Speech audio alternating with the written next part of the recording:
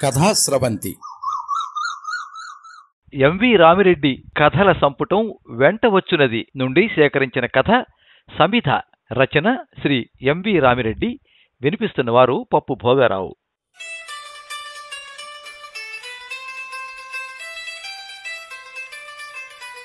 భవన నిర్మాణం జోరుగా సాగుతోంది.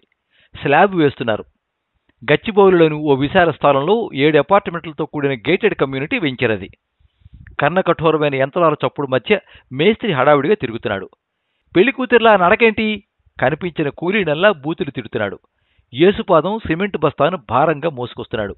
నీరసంతో అడుగు తడపడి కాలు మెలిగపడి గభాలను కూలబడ్డాడు. మేస్త్రి గబగబా దగ్గరకొచ్చి, "ఏనాయనా విష్ణుమూర్తిలా పడుకున్నావు?" అంటూ తిట్ల దండకం అందుకున్నాడు. అసలే ఆకలితో నకనకలాడుతున్న యేసుపాదానికి తిక్కరేగింది. అదిగో ఆ నాయాళ్లు పొద్దుటి నుంచి ఆ చెట్టు కింద కూర్చొని సెల్ ఫోన్లో సొల్లు చెప్పుకుంటున్నారు. ఏం పీకా వాళ్ళని? ఆక్రోశం వెళ్లగక్కాడు. అంతటితో ఆగలేదు. అంతే వేగంగా పక్కనున్న ఇనుపబొచ్చిన కాలితో ఒక్క తన్ను దన్ని తలగుడ్డ విదిలించి కుంటుకుంటూ ఆ సైట్ నుంచి బయటికి నడిచాడు. వెనక నుంచి మేస్త్రి ఏదో వాగుతున్నా పట్టించుకోకుండా రోడ్డు మీదకొచ్చి గుడిసె హోటల్లో సింగిల్ టీతో ఆకలిని తాత్కాలికంగా జోకొట్టాడు. జేబులో మరో 10 రూపాయల నోటు మాత్రమే ఉంది. కాలు బాగా విదిలించి రోడ్డు మీద నడవడం మొదలుపెట్టాడు. మొన్నటిదాకా తానొక రాజు, ఎకరం పొలం లేకపోయినా దర్జాగా బతికిన దొర, ఏడాదికి 3 పంటలు పండే నేల, ఒంటి నిండా ఉరకలు వేసే సత్తువ, భార్యతో కలిసి రోజుకు ఊరికెళ్లేవాడు. కలుపు తీయడం, కూరగాయలు కొయ్యడం, ఉల్లిగడ్డలేరడం, అరటికెలలు నరకడం, పసుపు కొమ్ములు తవ్వడం, ఏడాది పొడుగుతా చేతి నిండా పని.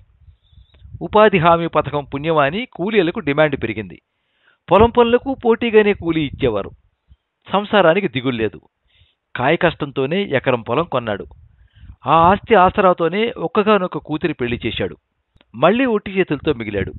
అయినా బెంగలేదు, పని దొరకదన్న భయం లేదు. పెద్దగా హారన్ వినిపించడంతో ఉలిక్కిపడి ఆలోచనల నుంచి పక్కకి తప్పుకున్నాడు. కన్స్ట్రక్షన్ సైట్ గుర్తొచ్చింది. ఆ 4 మేస్త్రి తాలూకు మనుషులు. పని చెయ్యరు, పైగా దౌర్జన్యం.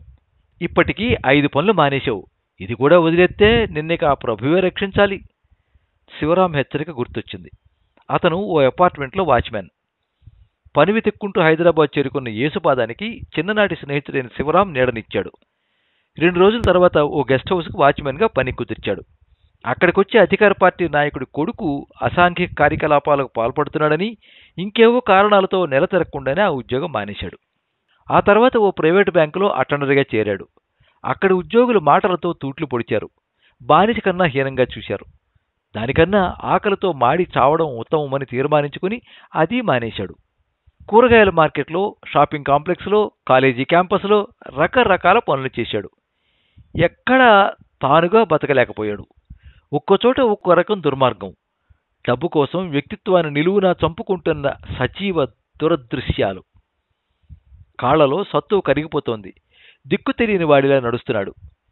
అల్లంత దూరంలో ఓ దేవాలయం కనిపించింది. ప్రసాదమైనా దొరుకుతుందని దగ్గరగా వెళ్ళాడు. అక్కడికొచ్చే భక్తులను చూస్తూ నిలబడ్డాడు.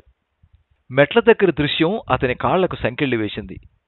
బయటకొస్తున్న భక్తులు మెట్ల పక్కన కూర్చుని వారి ముందు చిల్లర నాణ్యాలు విసరడాన్ని కన్నార్పకుండా చూశాడు యేసుపాదం. అతనిలో ఆశలు రాజుకున్నాయి. ఆకలి మేలుకొంది. ముందడుగు వేయబోయి శిలలా నిలబడిపోయాడు. తనతో తాను ఘర్షించుకున్నాడు. లోపల గుక్కపట్టి ఏడ్చాడు. 3వ కంటితో మార్గాంతరాన్ని అన్వేషించాడు. తనను తాను కోల్పోకుండా ఆ నగరంలో ఒక ఆకుపచ్చ జీవితాన్ని తొడుక్కోగల అవకాశాలు మృగ్యమేనన్న నిర్ణయానికొచ్చాడు. చొక్కా విప్పి మెల్లగా గుడి మెట్ల వైపు కదిలాడు. కృష్ణా తీరాన నవ్యాంధ్ర రాజధాని రాకతో ఉపాధి కోల్పోయిన రోజు కూలీ యేసుపాదం.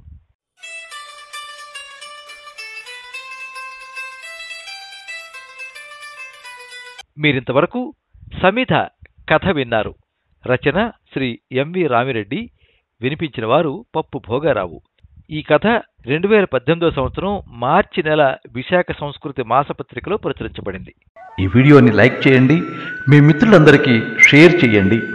ఇలాంటి మరిన్ని మంచి కథలు వినిపించడానికి ఈ ఛానల్ని సబ్స్క్రైబ్ చేసుకోండి. పక్కనే ఉండే బెల్ ఐకాన్ని క్లిక్ చేస్తే ఇలా అప్లోడ్ చేసే వీడియోల వివరాలన్నీ కూడా మీకు ఎప్పటికప్పుడు నోటిఫికేషన్ ద్వారా తెలుస్తాయి. ఎప్పుడు మీ అభిమానాన్ని కోరుకునే పప్పు భోగారావు. సర్వే జనాః సుఖినో భవంతు. కథా స్రవంతి